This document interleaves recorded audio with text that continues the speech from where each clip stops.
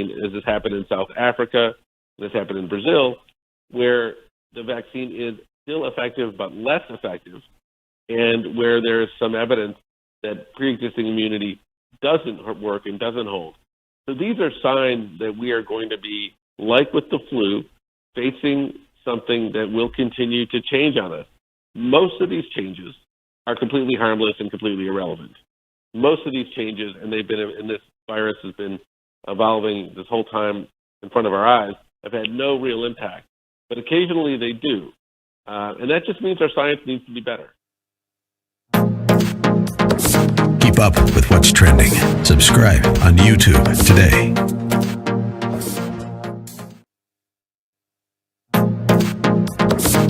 Trending now on the Eric Metaxas Show. Where do you see this ending? In other words, I fear that all of these ideologies are a snake swallowing its own tail. In other words, they basically destroy. They don't have the beginning of a clue what they would want to replace it with. Marxism, I really can't imagine what they're suggesting. What they're suggesting is a woke ideology of so-called anti-racism that is a profound misnomer. That's really a profound race consciousness. And our institutions and our politics are downstream of culture, and they are destroying our culture one pillar at a time. And an extremely important element of culture throughout all human history is memory. It's knowing who you are as a people, what you're about, what your story is. And when Jesse Jackson 30 years ago had that ridiculous chant, hey, hey, ho, ho, Western Civ has to go, that was really the first battle cry in this fight to make us forget who we are. And it's not just forgetting, it's also lying about who we are. We see this particularly in the 1619 Project and its poisonous view of America that wants to make the American founding about slavery, when the American founding was an incredible advance in human civilization and enlightenment and liberty, and created in the North a movement against slavery that eventually would eliminate slavery in the entire country.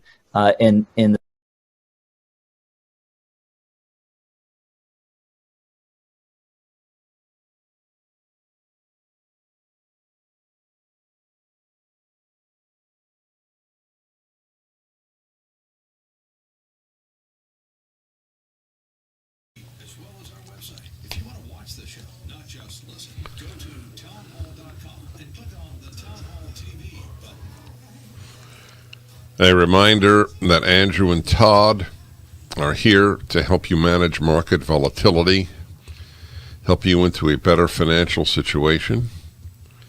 There are banks and lenders that are pushing back on purchase loans and suspending refi applications, but not Andrew and Todd at Sierra Pacific Mortgage.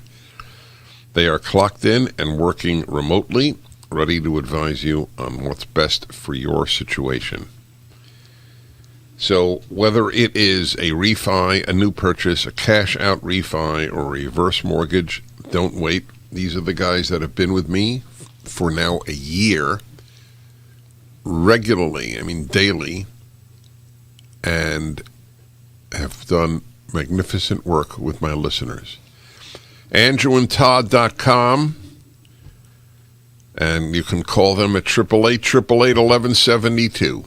888-888-1172 or andrewandtodd.com with Sierra Pacific Mortgage.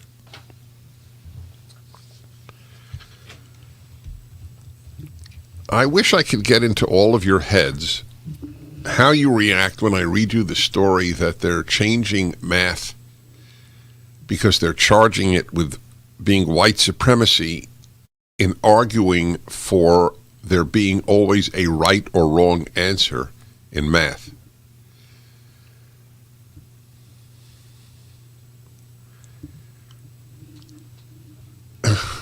I'll tell you the truth, it's hard for me to get into my head. This is beyond, it's not, well, it's the end of 1984, right, where they have Winston saying 2 + 2 = 5. But that's not because of ethno-mathematics. That is because they have finally gotten him to say what the left wants him to say in a totalitarian state, which we are approaching We're not there. I want to make that clear. But leftists are totalitarian. Liberals are not. But liberals vote for totalitarians, so they're largely useless. Sweetest people in many instances, people I adore personally. But on the macro issues, they're useless because they don't vote. They vote pure heart. The right is bad, the left is not as bad. Anyway, they don't even know this. The number of people, liberal or left, who know what I read to you now about the Oregon Department of Education, I don't believe 1% of liberals and leftists know this. They are kept away from the left-wing destruction of the country, so they don't know about it. They can't. That's why they can't understand us. What animates you folks on the right? An awareness of what the left is doing that you do not have. Evidence? Watch on YouTube when I was on Bill Maher's show a year and a half ago, a couple of months before the lockdowns. And I spoke about the left saying that men menstruate. The guy couldn't stop laughing at me, not with me, and I respect him for having me on. I want to make that clear. And the audience just couldn't stop laughing. What a joke. Where did Prager come up with this nonsense that the left says men menstruate? And that is a perfect example of they don't know how bad the left is, including many who are on the left. How does this pass muster? How do you explain any teacher who can tell a class without thinking they are ruining their lives? There isn't one right answer in math. You can come up with your own answer. Now, the charge that the idea of objective truth is white supremacy, which is what they charge. They charge this a lot, not just in Oregon. There's an irony here because the Ku Klux Klan would agree with them. Yep, whites believe in truth, non-whites don't. The left agrees with that, and the right, not the right, nobody on the right agrees with that, and the Ku Klux Klan.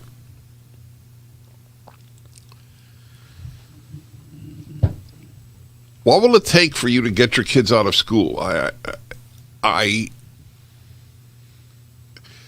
don't think I could persuade you. I think I persuade some, obviously. But most people listening who respect me will still not take their kids out of a regular school. Regular meaning private as well as public.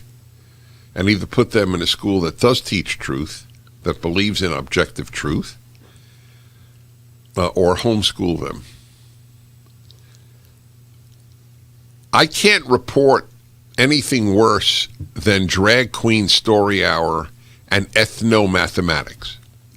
So if that doesn't persuade you to take your kid out of school, what if I told you that,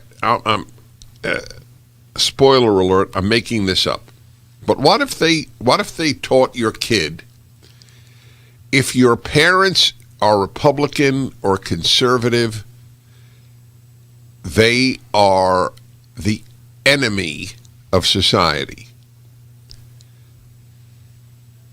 Now, they basically do teach that, but they don't say your parents. But if they did teach that, would you then think, I got to take my kid out?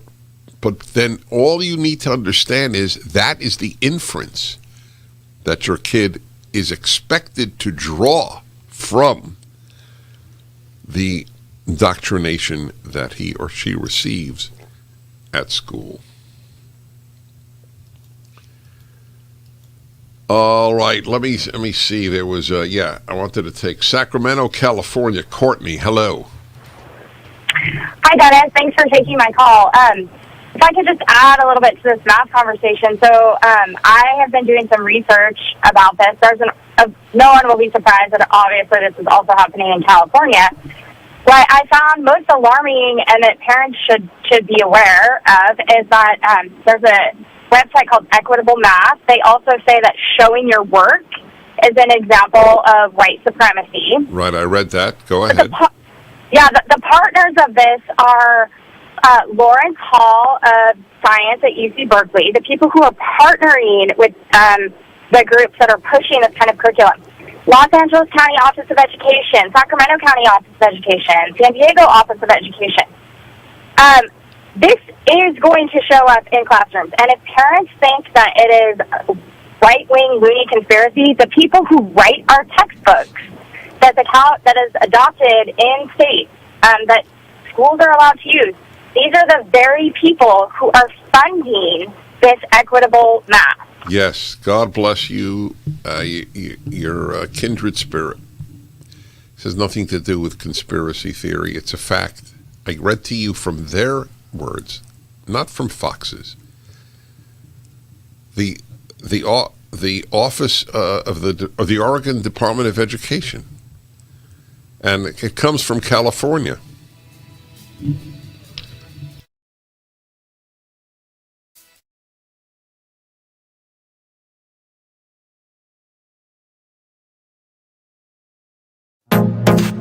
Trending now on the Charlie Kirk Show.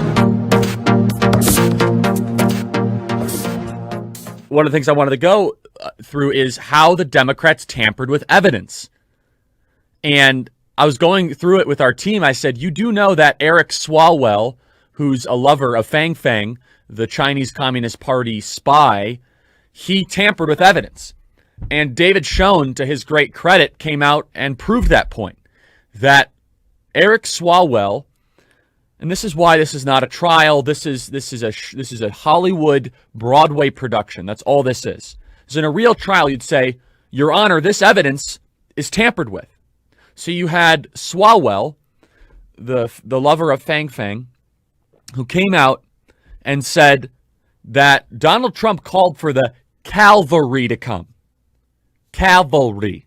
Now, anyone in the Christian world knows that there's a difference between Calvary and Calvary. I sometimes, without unintentionally, mispronounce one or the other, but I know the difference. Calvary, C-A-L, cavalry. One is where Christ was crucified. The other is horse-mounted military. So Eric Swalwell reads Jennifer Lawrence's tweet, who says, Mr. President, the cavalry is coming. So Eric Swalwell then comes out and says, well, on the House impeachment floor, you see here, President Trump, he was calling in for reinforcements, and the cavalry is coming. Now, to an untrained eye, you're like, well, there might be something, maybe there might be. It's nothing. Keep up with what's trending. Subscribe on YouTube today. Trending now on the Mike Gallagher Show. What's with these Republicans?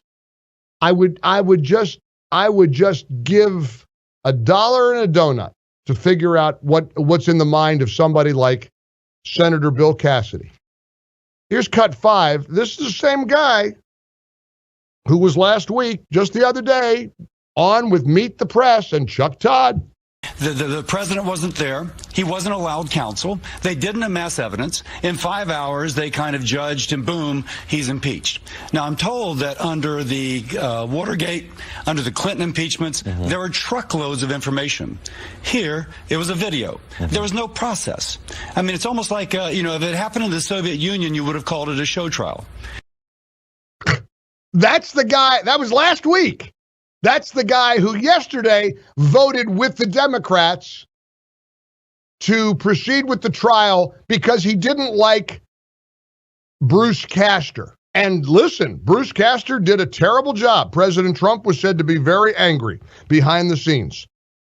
Fox News quotes sources as saying Trump was furious and beyond angry over his defense team's showing on day 1 of his second impeachment trial. despite his ultimate acquittal almost certain. The sources who spent time with President Trump said he was particularly incensed with the effort thus far by his attorney, Bruce Castor. Do you get the feeling that the reason he hasn't had a strong showing by his lawyers is because no attorney wants to touch this thing? Keep up with what's trending. Subscribe on YouTube today.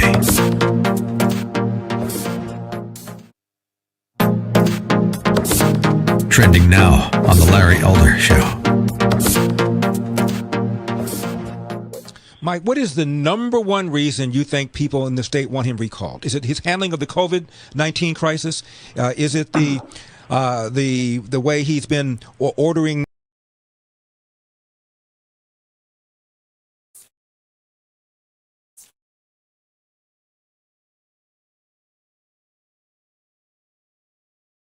Hello, my friends. I'm Dennis Prager.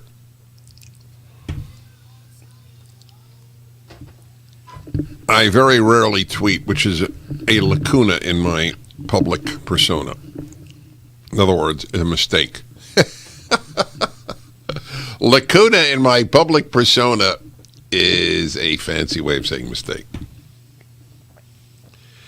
But I put up a statement from Chilton Williamson Jr. in The Spectator, February 10th. And it's a picture of the statement from the website. My statement, this perfectly sums up the state of American education, from the current issue of The Spectator. The modern, quote-unquote, science of pedagogy, that's education, founded by Dr. Dewey early in the 20th century, has an even more deplorable record. In America especially, where it has had huge success in, and then I italicize, graduating generations of wholly ignorant people whose sole body of knowledge consists of what is obviously not true. Is that awesome? That's exactly right. And this ethnomathematics is a perfect example of it. Graduating generations of wholly ignorant people whose sole body of knowledge consists of what is obviously not true. Go to my Twitter site, Dennis Prager, and take a look at it. A lot of people did, apparently, and I'm very happy about that. Some of them right.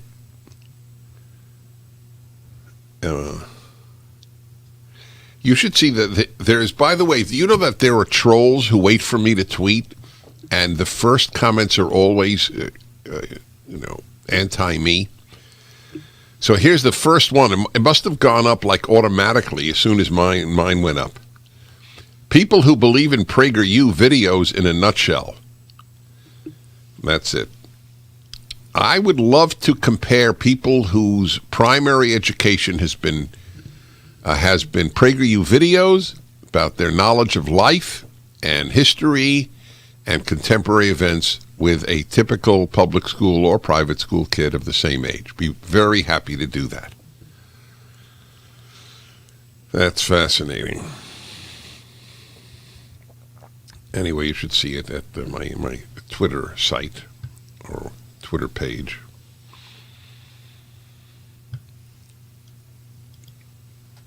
This is the beauty of math, I repeat, is the fact that there is always, whenever they could find one, but there's always one right answer. This is the square root of that, and a squared plus b squared equals c squared, and all that. Is that math or is that geometry?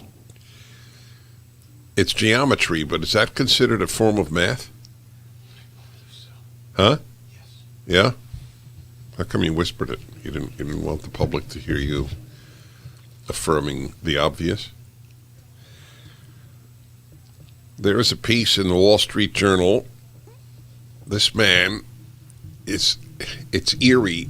Like a lot of you say, oh my God, you're saying exactly what I believe. So I have that reaction to this piece by a man named David Satter. I'd like to have on. He's on the advisory board of the Victims of Communism Memorial Foundation. Wall Street Journal. The spirit of the Soviet Union has reemerged with mass support in the United States.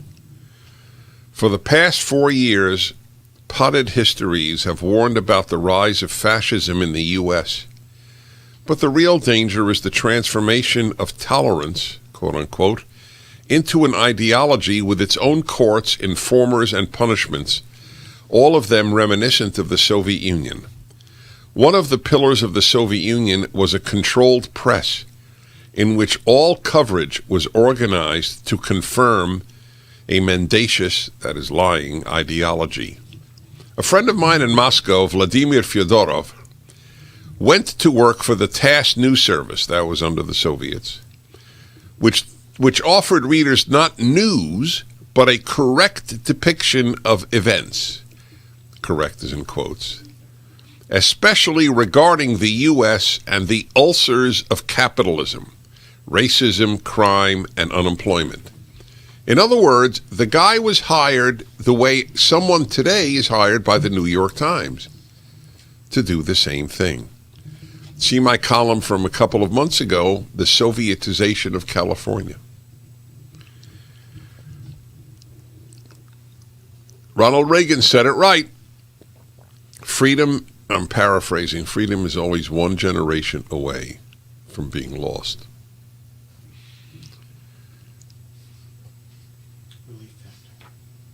ReliefFactor.com, 800-500-8384. I am proud to sponsor this product. It relieves pain so well that everyone I know who takes it, and that's a number of people, a large number, it helps. Try it for 3 weeks at $19.95. ReliefFactor.com.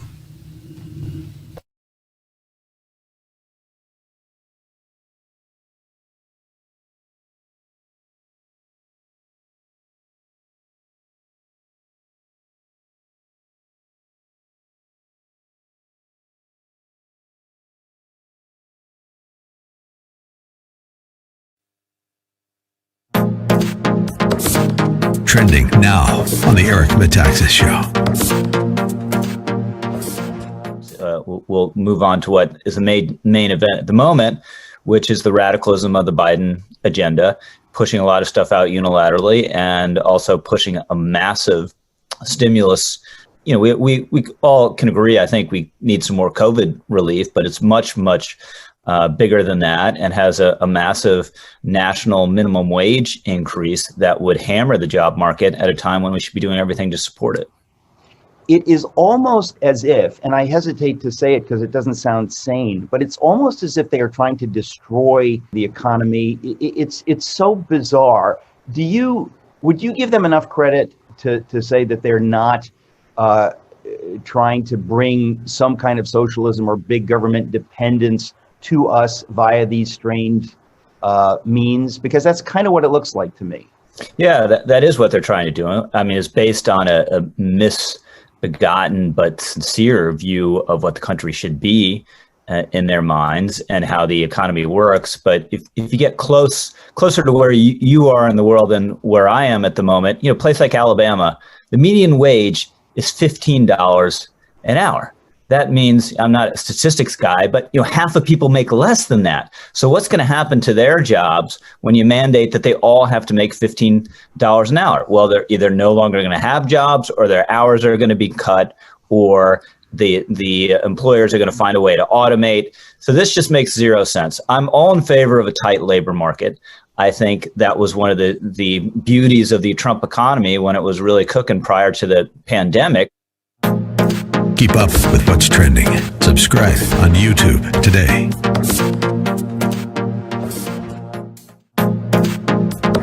Trending now on The Mike Gallagher Show. The impeachment trial will proceed. Dun, dun, dun. Big vote yesterday. That's one headline in USA Today. Huge font, trial to proceed. Chilling video, managers open by reviving riot. And then the vote was taken, 56-44. 6 Republicans joined with the Democrats in claiming that this show trial, this snap impeachment, is constitutional. Bill Cassidy, for some reason, out of the clear blue, last week he's on TV saying, oh, it's a show trial, doesn't mean anything, it's unconstitutional. But because he didn't like the performance of the president's lawyers yesterday, somehow he decided.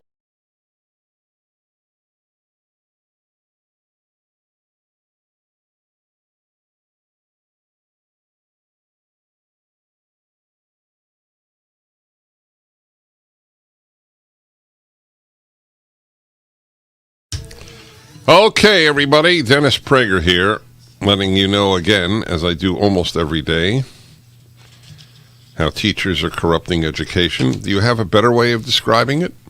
Are teachers protesting in Oregon that math should be taught in the way to depict that there is a correct answer as white racism, as a form of colonialism, etc. By the way, here's a funny one, but it's not funny. It's absurd. I think that's better. You ever see, the 3 wise men, the 3 wise monkeys? See no evil, hear no evil, do no evil. Officials at the University of York in the United Kingdom. There is a contest between Canada, the U.S., UK, Australia, and New Zealand, the English-speaking countries. There is a contest about which can commit suicide fastest. That is the contest. I don't know who's winning. Every time I think America is committing suicide faster, I look at Canada, and they may be going faster. Then I look at the UK. So here's a UK example. Officials at the University of York in the United Kingdom removed a depiction of 3 wise monkeys from the school's website after organizers of an upcoming history conference complained the image could be deemed offensive to minorities. So I'm curious, if there's a picture of it on their website, the 3 wise monkeys, one covering his mouth, one covering his ears, and one covering his eyes. Oh, speak no evil, not do no evil. That was the third one, right? This is a very famous thing, and it doesn't even originate in Western culture, as you will hear. How many people look at that and think, look at that, non-whites? The answer is the left. That's the only answer. I just think it's 3 monkeys. What do you say to that? Radical.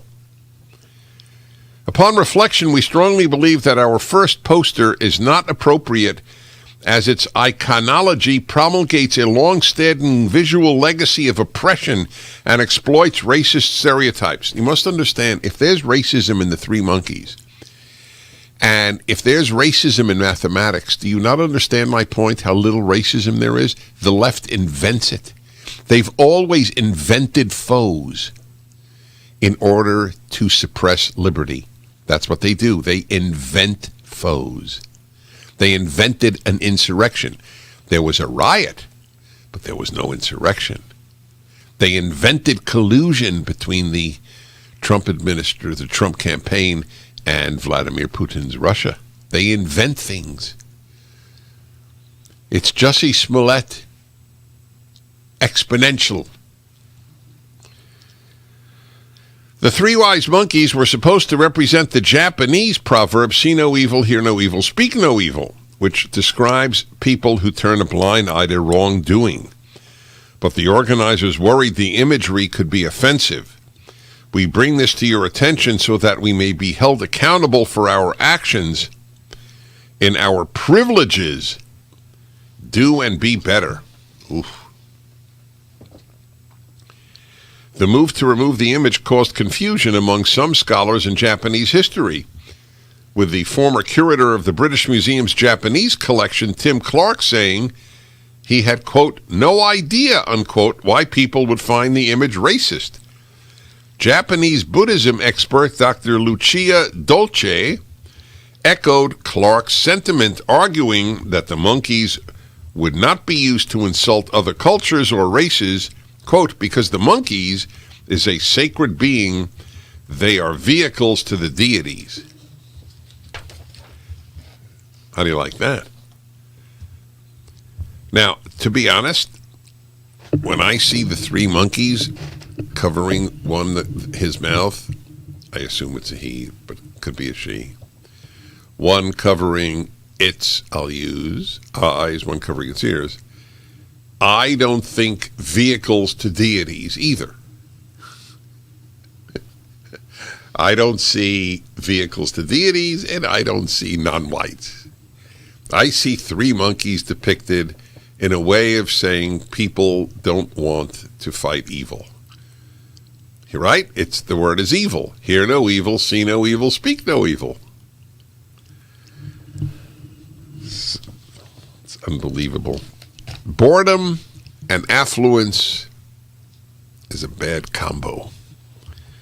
These people are bored and wealthy, or at least very materially comfortable. All right, everybody. JR in Columbus, Ohio. Hello. Hey, Dennis. Wow.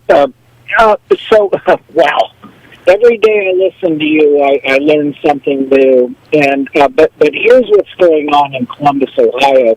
My son is in engineering at OSU. I'm very proud of him. If my son told the professor that there's no wrong answer in mathematics, I think he'd be asked to leave. And my daughter, this is the saddest part, 17 years old. Both my children are wonderful young adults. My daughter, 17 years old, I just found out a week ago, my wife has been taking her to therapy. She is a 4-point student, varsity athlete, and this staying at home stuff is killing these kids. It is killing them. That's right. And I can't say it strongly enough. And here's what I've come to acknowledge. Where is the backbone of this country? Because we're not going on a month or 2 months. That's right. We're going on a year, and we put up with it every day. That's right. Well, that is the reason. Remember, I substituted the land of the free and the home of the brave with better safe than sorry at the end of the national anthem. I saw this weakness of will a long time ago.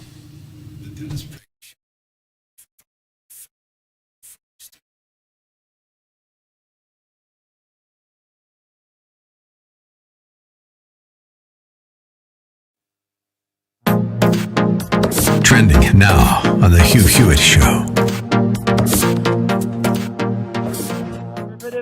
I was a Cuban American, and the problem with the Cuban Americans is that we are the only ethnic group that you can make fun of and pay no consequence. The Cuban Americans in the United States could be made fun of, mocked, but no one will ever pay a price. Whether you are academia, whether you're the intelligentsia, whether you're in the news media, it doesn't matter. Why? Because we sided with the United States in the very big fight with the big Satan that was loved and adored for 60 years by the rest of the world. That's I've never heard that before. I've often cited to my friends on the left Armando Valladares' Against All Hope as the Bible they've got to read to have even a glimpse. If they're an Anglo like me and they're Irish Catholic, they need to read that book. But I have never heard what you just said. I didn't realize that is something you believe. I've heard it said that anti-Catholicism is the last acceptable prejudice, which I believe. I'm a Catholic. But you just said with great passion and conviction that this goes on all the time about Cuban Americans, and that's news to me, Congresswoman Salazar. Well, but think about it. Think about it. They can deride us. They can make fun of us. They can do anything to us. Anyone the academia, even the news organizations, and there is no price to pay. Why? If you were to do that to any other ethnic group in the United States, you would have to, I apologize, it's true, I'm so sorry, we made a mistake. It never happens with the Cuban Americans. Keep up with what's trending. Subscribe on YouTube today.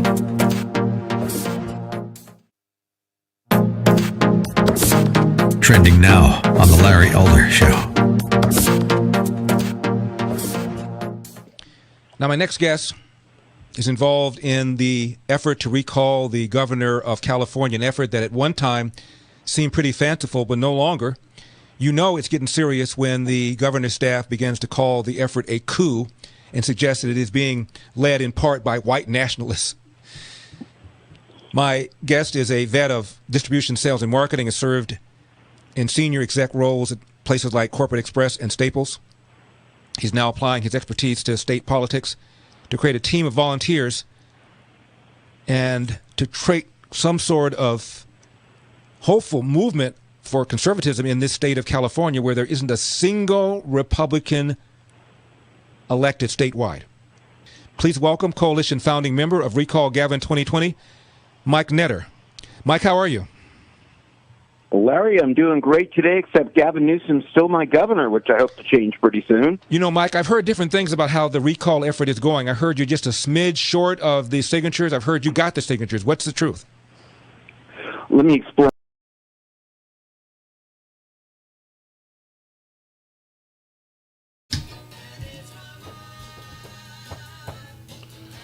Hi, everybody. Dennis Prager, by the way, my column this week.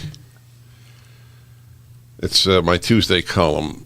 It's, if I may say, a very important one. I would love you to send this to relatives and friends of the non-conservative persuasion. It's titled, "Given How Flawed Human Nature Is, America Has Been a Remarkable Moral Achievement." See, I expect countries to be pretty awful because the human condition is such. Goodness is more rare than evil. I don't mean the goodness of somebody, sweetly letting you in line if you're carrying more packages, which is a good thing. But when the test comes, evil generally wins. I'd like to share with you an insight. At literally 3 a.m, I'm a night person. I can't help it. That's my rhythm. 3 a.m, Saturday night, I watched a 1-hour video of a speech given by one of the finest human beings I've had the honor of knowing, Sir Martin Gilbert, historian, the major historian of Churchill, and a major writer on the Holocaust as well. I knew him, and I had him on the show. He's passed away, unfortunately. He gave a speech in San Diego to a Jewish group. It's on YouTube, and he did a whole book, which I then ordered, on rescuers of Jews in the Holocaust. People who, in many cases, risked their lives and their families' lives, especially in Poland, to save a Jew from the Nazis. And the stories were so uplifting that in a dark time, I should put it up. That's what I should really do. I should tweet it out, and I should also put it up at DennisPrager.com. But you could see it, Martin Gilbert, Rescuers of Jews. I guess that would get you there. It's on YouTube. But I came away with aside from the uplift, I came away with another realization, which I've always had, but somehow, you've always thought something, but then something becomes like starker. It's just stronger in your understanding. Goodness is done by a few people. keep that in mind as we look at what is happening in America. Stay tuned.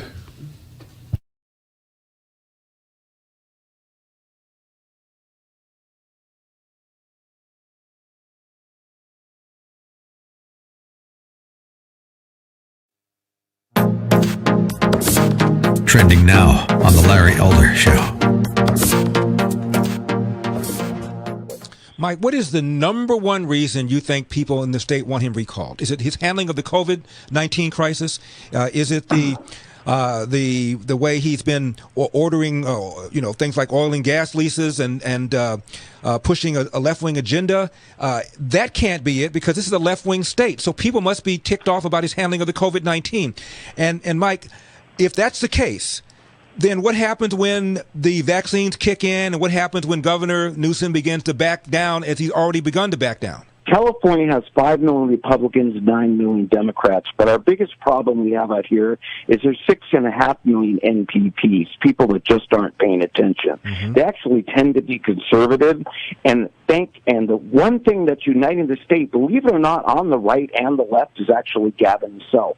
The number one reason, if you were to boil into 2 buckets, is everything you said, but the reality is he's a bad leader making poor decisions, mm-hmm. and COVID just amplified. We started this before COVID really hit the scene, if you will. This has just amplified the cycle, and things like dining at the French Laundry. You think that's not a bad decision? The EDD, oops, we handed out $30 billion of money we shouldn't have. You think that's bad management? Schools not reopening.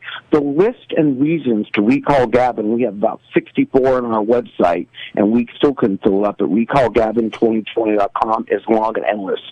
The reality is California has a bad governor making bad decisions, sending us in a bad direction for those of us that live out here. Mm-hmm. Our state's on fire, our power goes out, our taxes are too high. Keep up with what's trending. Subscribe on YouTube today.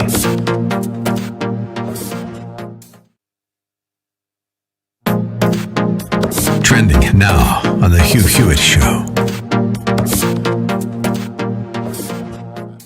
The 1918 virus iterated 12 times over the summer of 1918 and emerged deadlier. Do we know about these variants in any sort of way that alarms you, Andy, beyond the ordinary alarm that would arrive with any virus? My job is probably to be in a state of alarm and playing through bad scenarios and trying to plan for those scenarios, even hoping many of them don't come to fruition. I think these variants are not good news. I think these variants suggest that there is enough multiplication of this virus out here that the virus is going to go through this evolutionary path more quickly than we had hoped to try to resist where it can. Now, the good news is that the major variant, the one coming out of England, the UK, the one they call B117, the vaccine and human immunity seems to hold up very well against that.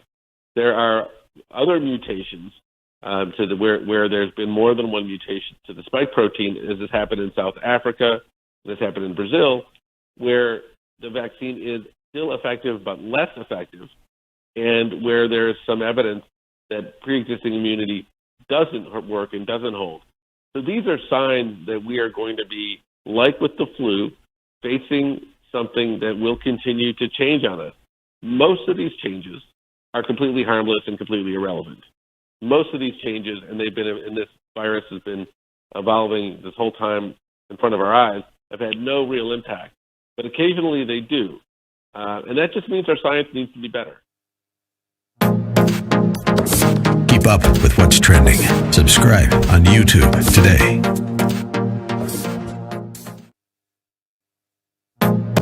Trending now on The Larry Elder Show. Mike, what is the number one reason you think people in the state want him recalled? Is it his handling of the COVID-19 crisis?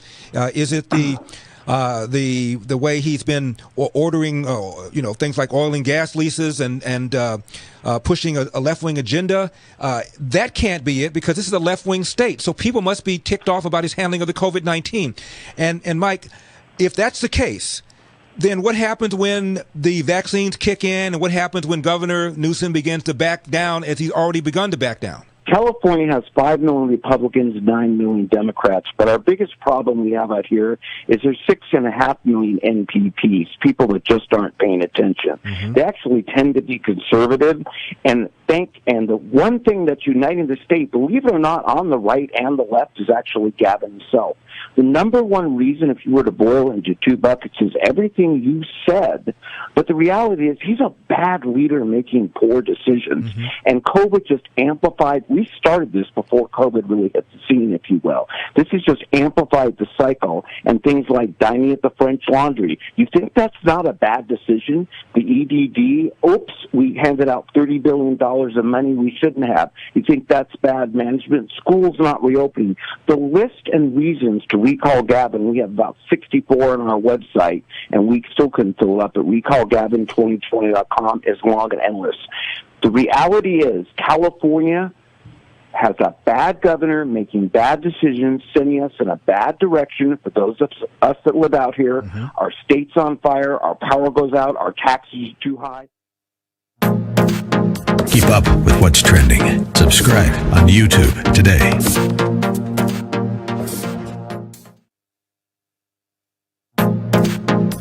Trending now on The Hugh Hewitt Show. The 1918 virus iterated 12 times over the summer of 1918 and emerged deadlier. Do we know about these variants in any sort of way that alarms you, Andy, beyond the ordinary alarm that would arrive with any virus? My job is probably to be in a state of alarm and playing through bad scenarios and trying to plan for those scenarios, even hoping many of them don't come to fruition. I think these variants are not good news. I think these variants suggest that there is enough multiplication of this virus out here that the virus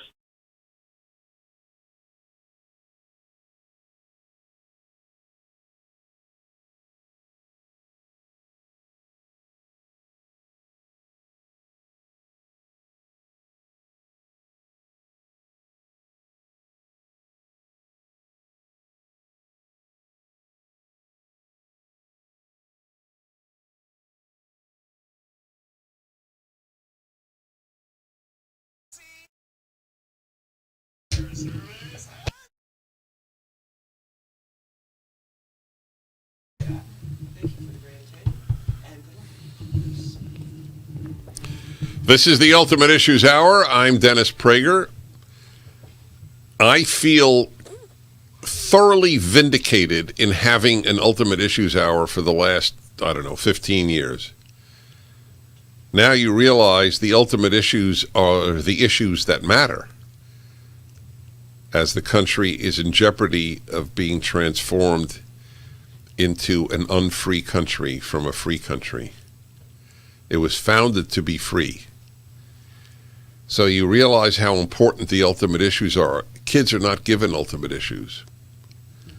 What does America stand for? They'd probably say racism today.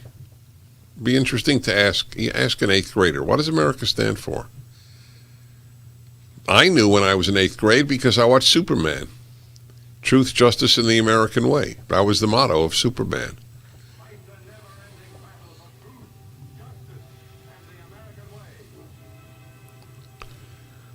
I can't tell you how yearning that makes me for that period. To which, of course, the left will say, oh, but do you know how blacks were treated then? As if that is the entirety of the American experience. And as if it is the entirety of the black experience. It's bad enough without making it the dominant theme of a society. You know of any other multiracial society on earth that's done better? The United States took in Vietnamese boat people. Japan didn't. Fellow Asians were not acceptable because the Japanese want to keep Japan Japanese. America's not interested in keeping America white. It's interested in keeping America American. Well, now you know the reason for the Ultimate Issues Hour, one of the many reasons. Today's subject is the result of my watching what I mentioned at the end of the last hour. I watched a speech. Now, it's pretty rare for me to do that, to watch an hour-long speech, because of the time constraints of my life. Nevertheless, at 3 a.m., I don't even know how it popped up, but a man I knew pretty well who was a giant as a scholar and as a human being, Sir Martin Gilbert. Yes, he was knighted, and he was the official biographer of Winston Churchill, multi-volume work. He also wrote one or two books. He wrote a book on the Holocaust and a book on rescuers. So I listened to the stories of rescuers of Jews during the Holocaust, people who risked their lives for strangers. The ultimate act of altruism. And in some cases, like Poland, you were put to death. We don't know how many Poles were killed by the Nazis for saving Jews. There's no way to know. So people did these immensely heroic things, and the stories were so touching. It's actually, you want to feel a little better about humanity? Watch this talk, Sir Martin Gilbert. But I began to think, in the overall scheme, the percentage of rescuers was tiny, absolutely tiny. The largest percentage, the largest percentage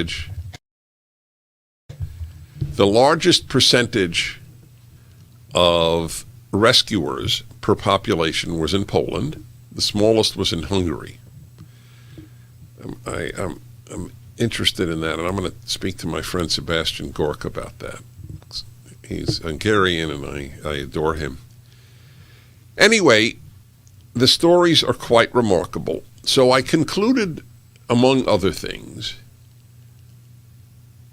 only minorities of people, only small numbers really achieve good. It is very rare for goodness to be achieved by large numbers of people. That's the way it is. I wish it were not so. There's a phrase in Hebrew about such a group. It's called, in English, the Saving Remnant. That there is a saving remnant that saves a place. I feel that in the United States today. How many of you are alone at your place of work, at your school? Feel alone because you are largely alone in upholding liberty and freedom and objectivity and truth, the basic Judeo-Christian value system. You're alone. There are a few of you, but you're largely alone. I felt this when I was at Columbia, my graduate school years. I remember it. I'm mentioning it because I so distinctly remember one night at a restaurant across the street from Columbia, Broadway and 116th Street, Manhattan. And I remember thinking, I'm alone here. I believe in God.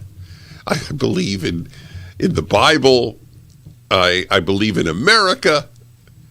And I knew one other student, literally one. I'm sure there were more, but I only knew one who shared my values. So please understand, this is the way it works. So here's another question, and the one I want, or not question, this is the statement I wish to make for the Ultimate Issues Hour. All of my life, I have said that the single most important question in society is, how do you make good people? That is the single most important question society must address. And the left has made it that we don't ask that question. They ask, how do we make a good society? Wrong question. That is like saying, how do you make a good salad? The ingredients have to be good.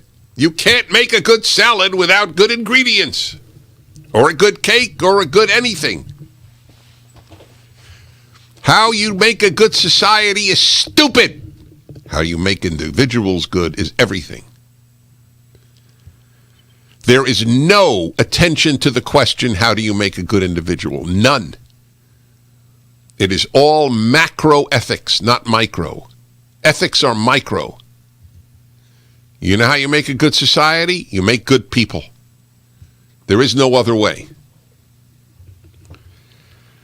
The Judeo-Christian tradition and values understand that that's the question. So they have character development, like I did in my religious Jewish education. The motto in my yeshiva, as it was called, which I went to till 18 years of age, half the day in Hebrew, religious studies, half the day in English, secular studies. It's pretty intense. And they never said something very popular in the 70s, I'm okay, you're okay. That was a big motto, name of a book, very popular. By the way, the end of the sentence, it was not the end of the sentence in the book. The book was, I'm okay, you're okay. But the real implication was, I'm okay, you're okay, it's America that stinks. Or sucks, to use the language of the day. We're great, America stinks. Turned out it was the opposite. America was great, and they stunk. That was the real case. As usual, is the opposite of what folks on the left say. But this is everything. Fight racism, all this, all that, that's make equality. Everything is society concentrated. Meanwhile, we're not producing decent people. But it's the single most difficult question and most important question in life, in society. How do you make good people? Because the raw material ain't great. You can make good people. The raw material of human nature enables us to be truly good. But undirected and undisciplined and without values, we become what we are made to be, animals. 1-8-PRAGER 776 877-243-7776. Ultimate Issues Hour on the Dennis Prager Show.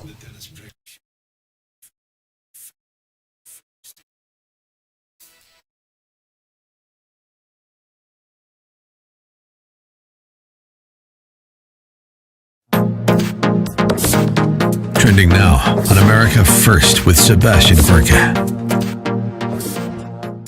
So we have an admission of culpability. We have 14,000 dead in the homes. Where do New Yorkers go next who lost a husband and wife? What's the next step, Congressman? I would say a few things. One is you have law enforcement, you have prosecutors at other levels of government that can take action. That's the first thing. Right. Secondly, the New York Republican congressional delegations, and our numbers are increasing. Claudia Tenney won her, was finally certified the winner of her race and was sworn in this past week. 8 of us today sent a letter to the Department of Justice with regards to this obstruction of justice case that's emerging, calling on the Department of Justice to investigate this charge. Now, you have a confirmation hearing that's coming up. Merrick Garland, the nominee to be the next Attorney General. Right. Inside of that confirmation hearing is a great opportunity for senators to maybe ask about this letter, or put aside my letter that was sent with my colleagues today, just asking about the underlying issue, and you can't allow, with all these different confirmation hearings, the person who's answering your question to just not give you any answer on any of this.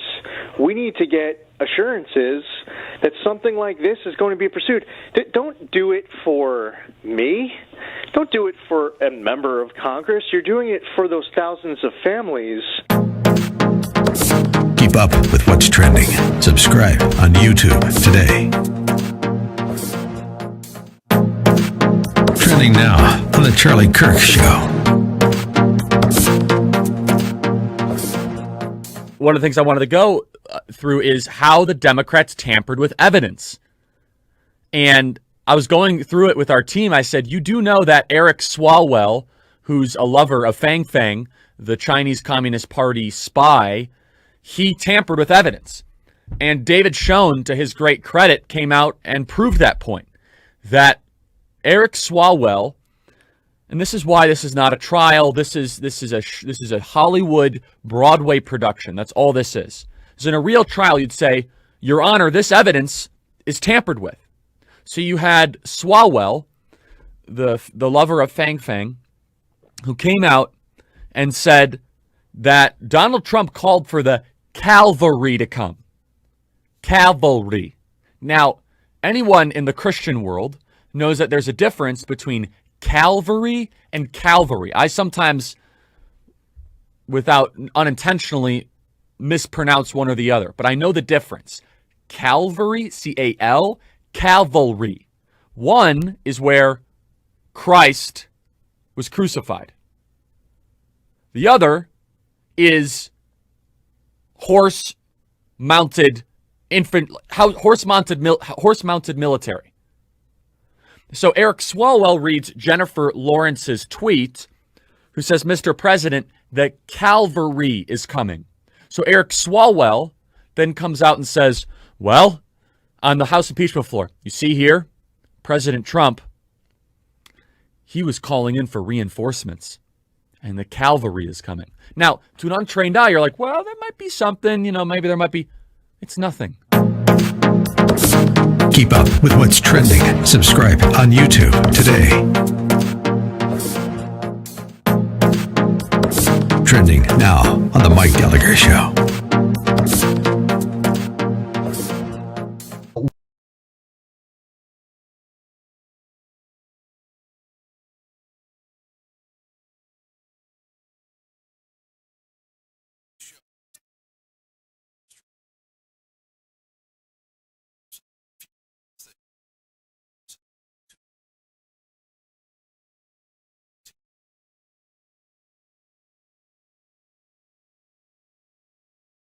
Hello, my friends. I'm Dennis Prager. This is the Ultimate Issues Hour, the third hour every Tuesday. Ultimate Issues Hour. One of the ways I've explained it for this over a decade of this broadcasting on Tuesdays is that the attempt is to give you wisdom. This is the, if I had to retitle it, I don't want to retitle it, but if I did, it would be the Wisdom Hour. But it would sound pompous, and anyway, nobody's turned on by the word wisdom. They're turned on by the word knowledge. That's a turn on. Oh, he knows so much. He's intelligent. Oh, is he bright? How often do you hear, oh, is he wise? I don't care if somebody's bright. Bright without wise is useless. It's actually dangerous. So I've always given the example of a map. A map tells you exactly where you are. Wisdom tells you where to go. Knowing where you are is useless if you have no destination. So the topic today was engendered by my watching a video in the wee hours of the morning, Saturday night, Sunday morning. Sir Martin Gilbert, Churchill biographer, historian of the Holocaust. He wrote a book about rescuers. I thought I had read every book on rescuers, but I didn't. So I ordered his book. The reason I've read books on rescuers of Jews in the Holocaust is that I've always understood that the bigger puzzle is not evil. The bigger puzzle is good. I understand why most people went along with the dominant thinking of the time in a Nazi-occupied country, or just out of fear. There, by the way, one of the stories you will find this fascinating, because I have actually noted this. I have a book on anti-Semitism, Why the Jews. I taught Jewish history at Brooklyn College, so I'm aware of this subject, to say the least. Part of the non-understanding of prejudice, there was a woman, I forgot what country, one of the Nazi-occupied countries. It might have been Germany. And the woman was actually in favor of Jews leaving her country. That's how anti-Semitic she was. However, she found the idea of murdering Jews abhorrent. And she led one of the largest campaigns to save Jews in one of these countries. I don't remember which. Is that amazing? I've always said there are two types of anti-Semites. Those who don't like Jews and those who want them exterminated. I don't care about the first group. I'm a Jew. I don't care if you like me or not. I care if you want to kill me. That's why all this talk about, oh, well, he's a racist. Does he act on it? That's the issue. Let's say there's a white, he doesn't like non-whites. What do you care? The question is, does he act on it? The left is so profoundly unsophisticated. It is so superficial. It is so intellectually baseless. It boggles the mind. Oh, you have racist thoughts. We're all racist. Well, the only question is, I don't care whether people are racist or not. I care whether they act on their racism. Same with anti-Semitism. Do you act on your dislike of Jews? Or do you just dislike Jews? You're allowed.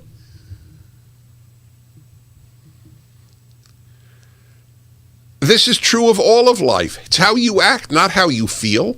Anyway, the idea of liking or disliking all members of a group, they're both absurd. You dislike all Jews, you're an idiot. But you're not a threat if you don't want them hurt. Same with blacks, same with whites, same with any group. Anyway, the same with loving all. Do you love all the members of any group? Do blacks love all blacks? No, they don't. They love blacks who are on the left.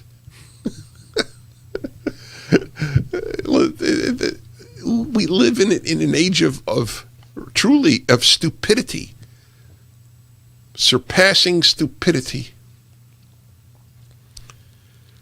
Back to my subject. How do you produce people who, in a time of peril, will rescue a Jew? And I'm using the Jew as just an example. Rescue, you fill in. That's the question that people need to ask, and it's a very big puzzle, how you produce good people. However, the thesis of this Ultimate Issues Hour is that's the only way to produce a good society is by working on producing good people. Telling your child to say thank you thousands and thousands of times is a better thing than joining a BLM protest. You will do a lot more for society by teaching your child to say thank you. Grateful people do good. Ungrateful people do evil. Gratitude is the big issue. I've talked about that on a number of occasions. The left teaches ingratitude. It does. What leftist is grateful to be an American? Zero. What conservative is grateful to be an American? 100%.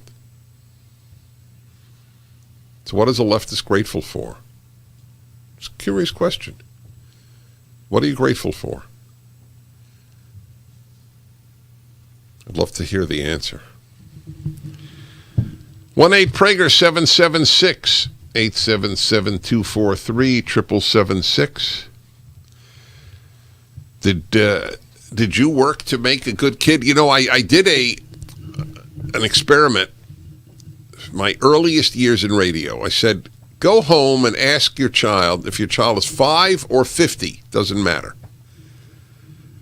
What do you think I, your father, or I, your mother, most want or wanted you to be? Let's see. Smart, happy, successful, or good? What? Not what do you most want to be. What do you think I, your parent, most want you or wanted you to be? Again, if your child is 5 or 50, it's appropriate. Smart, successful, happy, or good. Chances are overwhelming. Most children will not say good. 1-8-PRAGER 776.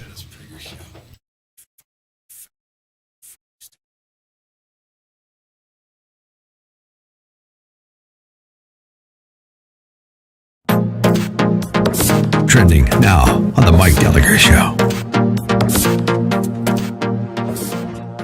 What's with these Republicans? I would just give $1 and a donut to figure out what's in the mind of somebody like Senator Bill Cassidy. Here's cut 5. This is the same guy who was last week, just the other day, on with Meet the Press and Chuck Todd. The president wasn't there. He wasn't allowed counsel. They didn't amass evidence. In 5 hours, they kind of judged, and boom, he's impeached. Now, I'm told that under the Watergate, under the Clinton impeachments, there were truckloads of information. Here, it was a video. There was no process. I mean, it's almost like, if it happened in the Soviet Union, you would have called it a show trial. That's the guy. That was last week. That's the guy who yesterday voted with the Democrats to proceed with the trial because he didn't like Bruce Castor. And listen, Bruce Castor did a terrible job. President Trump was said to be very angry behind the scenes. Fox News quotes sources as saying Trump was furious and beyond angry over his defense team's showing on day 1 of his second impeachment trial, despite his ultimate acquittal almost certain. The sources who spent time with President Trump said he was particularly incensed with the effort thus far by his attorney, Bruce Castor. Do you get the feeling that the reason he hasn't had a strong showing by his lawyers is because no attorney wants to touch this thing? Keep up with what's trending. Subscribe on YouTube today.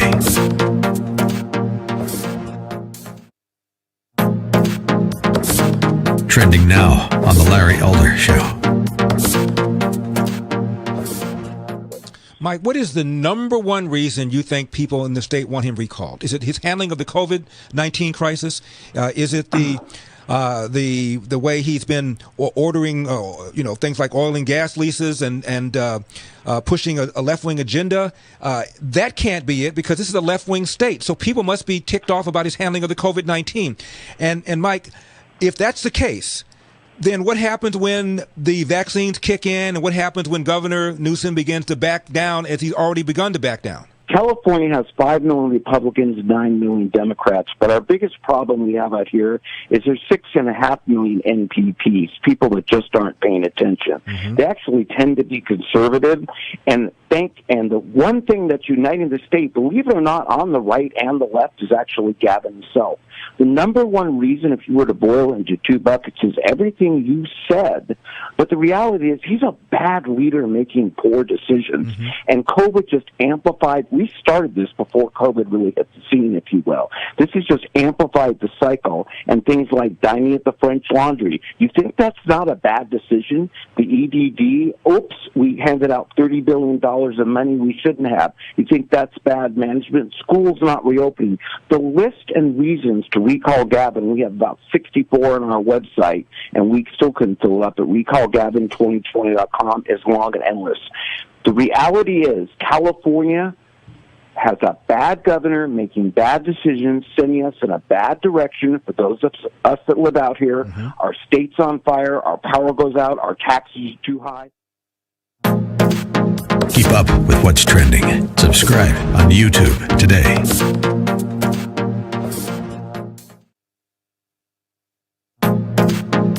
Trending now on The Hugh Hewitt Show.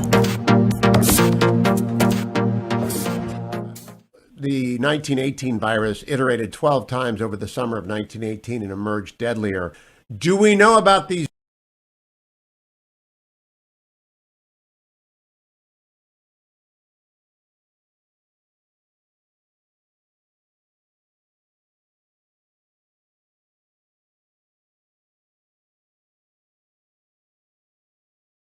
Not true in this case. Hello, everybody. I'm Dennis Prager, the Ultimate Issues Hour. I've always been preoccupied with studying goodness more than evil because it's rarer. How do you produce good people is the great riddle. That's how you make a good society. The notion of asking first, how do you make a good society, that's one of the utterly weak pillars of leftism. No concentration on making the individual good, rather the society. How do you make good individuals? Should be the preoccupying concern of a parent, more than how you make a good student, a good athlete, or anything else. Compared to good people, good students and good athletes are a dime a dozen. I don't poo-poo them, but I'm just giving you the data. I wish every good student was a good person. Doesn't work that way. Brightness and decency have nothing to do with one another. Nothing. Okay, let's go to Sarasota, Florida, and Patrick. Hello. Hello, Patrick. Yes, Dennis, how are you? I'm well. Over the couple months, we flipped through the channels, and I've listened to you a couple times, a few minutes driving here and there. But the ultimate issue hours, I guess. Mm-hmm. I would ask you, if suffering is not from God, what accounts for the mass suffering we see in this world? And, we know through history, it's been caused by oppressive governments, and that's been making it hard for people and mankind. And I just wanted to note, really quick if I can, from Proverbs, it says that man has dominated man to his own injury. Yeah, the What do you problem think about is that Proverbs isn't taught anymore in our schools. There's no wisdom taught. Zero. In fact, increasingly, there isn't even knowledge taught. Kids know less history and less math and less grammar and less literature than they did 50 years ago. Probably much less than they did 100 years ago. Martin Luther King, the night before he was assassinated, gave his very famous speech about he has seen the promised land. He has gone up the mountain and he's seen the promised land. Most everybody hearing the speech knew exactly what he was referring to. Moses, in his dying days, going up the mountain and seeing the promised land for the Israelites. What percentage of high school students or college students today would have a clue what Martin Luther King was referring to? I would say 5%, as opposed to 85%. They don't have a clue. I'm not sure other than knowing he's in the Bible, I don't know if they would know who Moses was. Tell me what Moses did. What's he famous for? I don't think they'd have a clue. The first words of considered one of the greatest American novels ever written, Moby Dick. The first sentence is, "Call me Ishmael." Who's Ishmael? Well, so they're not taught anyway. They're not taught the Bible, so they're not taught wisdom. Where do they get their wisdom from? Anyway, you don't want to get it in addition, you don't want to get it from Shakespeare. He's a dead white English male. You can get I don't know about a PhD. You can get a BA in English at UCLA without ever having read Shakespeare. How's that? All righty, everybody. And yes, a lot of you are calling in with regard to the Bible, and I agree with you. So I don't take your call. I'm just going to clear a space for somebody to call in. It is possible, of course, for a secular home to preoccupy themselves with making a good child. But in the Western world, the non-use of Bible and religion is brand new. And the chances are your child will then gravitate to a secular cult. That's what we have now. Secular cults in lieu of Judeo-Christian religions. And you will pay the price. That's the problem with the regular school. Unless it's a great charter school. I have a headmistress of such a charter school in the studio right now. I'm honored. The product Nerve Renew is one that I used, and therefore I actually contacted the makers of it because it performed a sort of miracle in my life. Very serious tingling in my feet for much of my life. It's genetic. Got inserts, which helped a lot. Took the bone off the nerve. But of course, every time if I didn't wear the shoes, they hurt.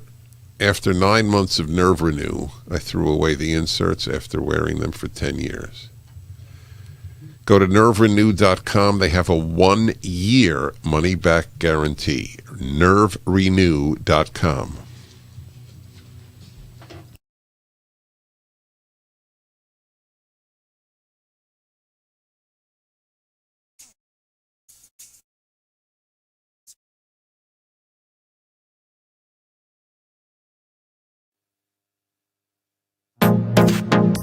Trending now on the Hugh Hewitt Show.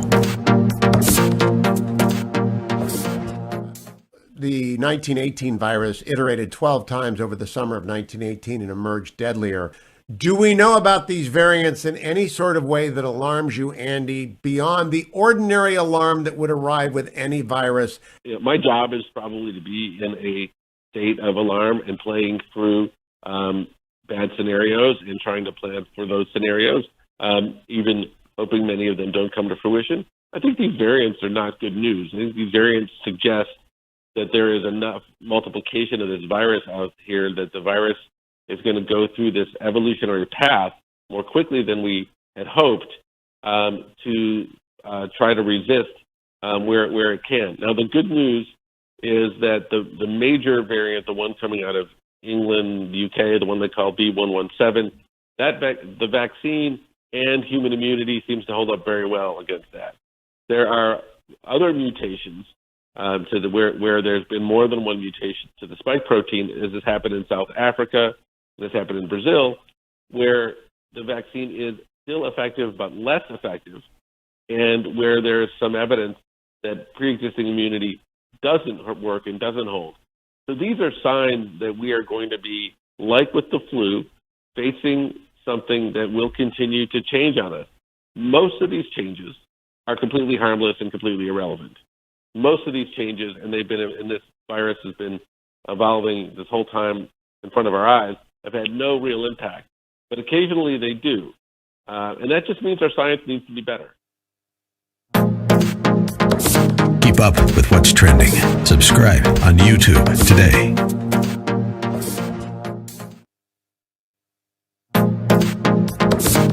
Trending now on the Eric Metaxas Show. Where do you see this ending? In other words, I fear that all of these ideologies are a snake swallowing its own tail. In other words, they basically destroy.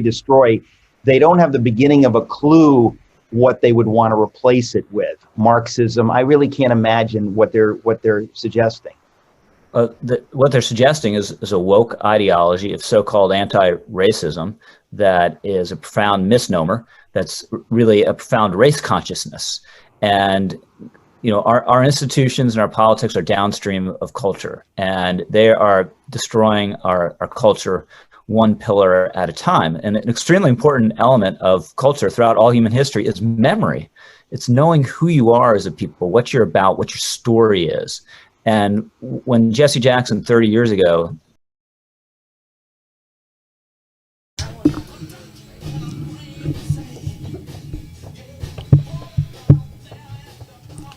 Hi, everybody. I'm Dennis Prager. Reflecting on this powerful video that I watched this weekend, a speech given, I don't know, 20 years ago perhaps, in San Diego by the great British historian Sir Martin Gilbert, who also wrote a book, which I then immediately, of course, got, on rescuers of Jews in the Holocaust, because I've wanted to study goodness more than evil. People do evil for obvious reasons. Part is some people are just cruel and sadistic. They just are. Another one is that they go along to get along. That's the biggest reason. Or because it's advancement. A very small percentage of Soviet citizens were members of the Communist Party. At most 10%. 90% of Soviet citizens were not members of the Communist Party. And everybody wanted to be, or many people wanted to be, because of all the perks that were available. Go along to get along is what is happening in the United States today. When people pile on the one conservative who posts something on Facebook. Yeah, you're a racist. For what exactly? So the question is, how do you produce people who have the strength to fight evil actively and stand out from the crowd? In my studies of the rescuers, I've come up with some I've discovered some interesting answers. So listen to this one. There was a couple, the Oliners, O-L-I-N-E-R. They wrote a book on rescuers. They're both sociologists. They were at Humboldt State, California State University at Humboldt. And I interviewed them for my publication called, it was either the Prager Perspective or Ultimate Issues. That was the original title, Ultimate Issues, of my newsletter. It's in print. I should reprint it. And I asked them, they were secular people. They were not religious. And I said to them, knowing everything you know about the rescuers, having devoted your professional lives to studying them, and they had been saved. They were both secular Jews who had been saved. I only mention the secular because you might think, given the answer, that it was because they're religious, but it wasn't. I said, given everything you know, imagine you're a Jew in Nazi-occupied Europe. You could knock on the door of a lawyer, of a professor, or of a priest. Which one would you knock on, thinking you had the best chance of being hidden? And they both said the priest. I'll bet you, most of you believe that would be the answer too. Not interesting? Even those of you who crap on religion.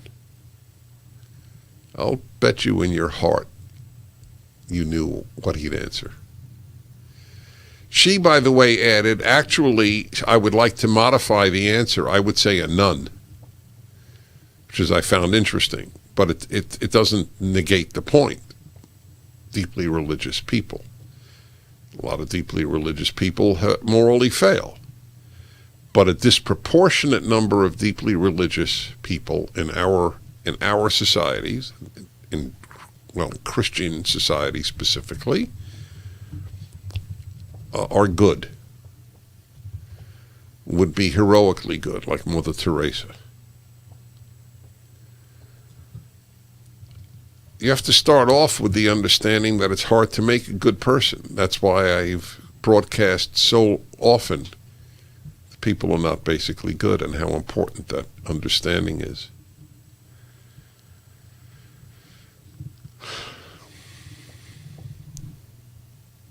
Tell your kid, give your kid vitamin N.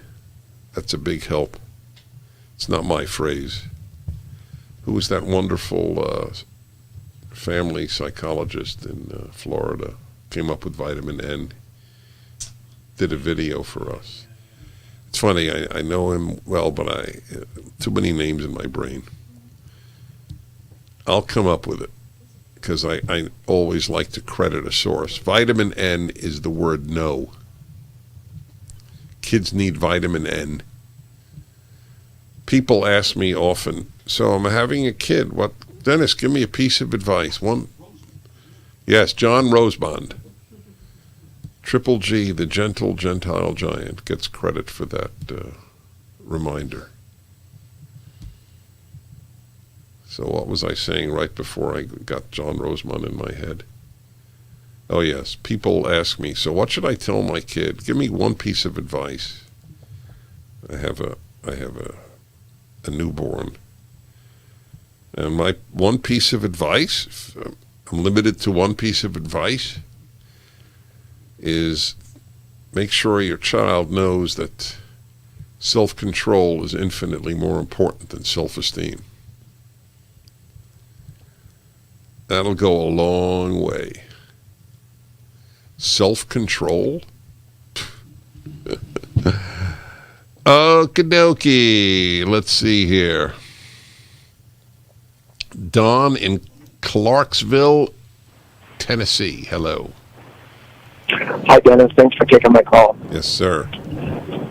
So I believe the framers knew the Bible well, where Jeremiah 17:6 says that the heart is evil and desperately wicked above all things. So I don't believe that evil people can make evil people good. I think that's God's job, and he speaks about that in Jeremiah 31, Ezekiel 36, and John 3. But what the framers did do is they created a governmental system or an environment by which evil people, that good would prosper and proliferate, and evil would be marginalized and punished.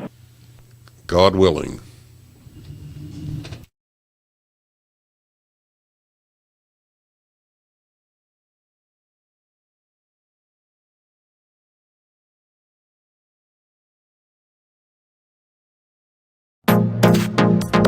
Trending now on the Mike Gallagher Show. What's with these Republicans? I would just give $1 and a donut to figure out what's in the mind of somebody like Senator Bill Cassidy. Here's cut 5. This is the same guy who was last week, just the other day, on with Meet the Press and Chuck Todd. The president wasn't there. He wasn't allowed counsel. They didn't amass evidence. In 5 hours, they kind of judged, and boom, he's impeached. Now, I'm told that under the Watergate, under the Clinton impeachments, there were truckloads of information. Here, it was a video. There was no process. I mean, it's almost like, if it happened in the Soviet Union, you would have called it a show trial. That's the guy. That was last week. That's the guy who yesterday voted with the Democrats to proceed with the trial because he didn't like Bruce Castor. And listen, Bruce Castor did a terrible job. President Trump was said to be very angry behind the scenes. Fox News quotes sources as saying Trump was furious and beyond angry over his defense team's showing on day 1 of his second impeachment trial, despite his ultimate acquittal almost certain. The sources who... Trending now on the Mike Gallagher Show. what's with these Republicans? I would just give $1 and a donut to figure out what's in the mind of somebody like Senator Bill Cassidy. Here's cut 5. This is the same guy who was last week, just the other day, on with Meet the Press and Chuck Todd. The president wasn't there. He wasn't allowed counsel. They didn't amass evidence. In 5 hours, they kind of judged, and boom, he's impeached. Now, I'm told that under the Watergate, under the Clinton impeachments, there were truckloads of information. Here, it was a video. There was no process. I mean, it's almost like, if it happened in the Soviet Union, you would have called it a show trial. That's the guy. That was last week. That's the guy who yesterday voted with the Democrats to proceed with the trial because he didn't like Bruce Castor. And listen,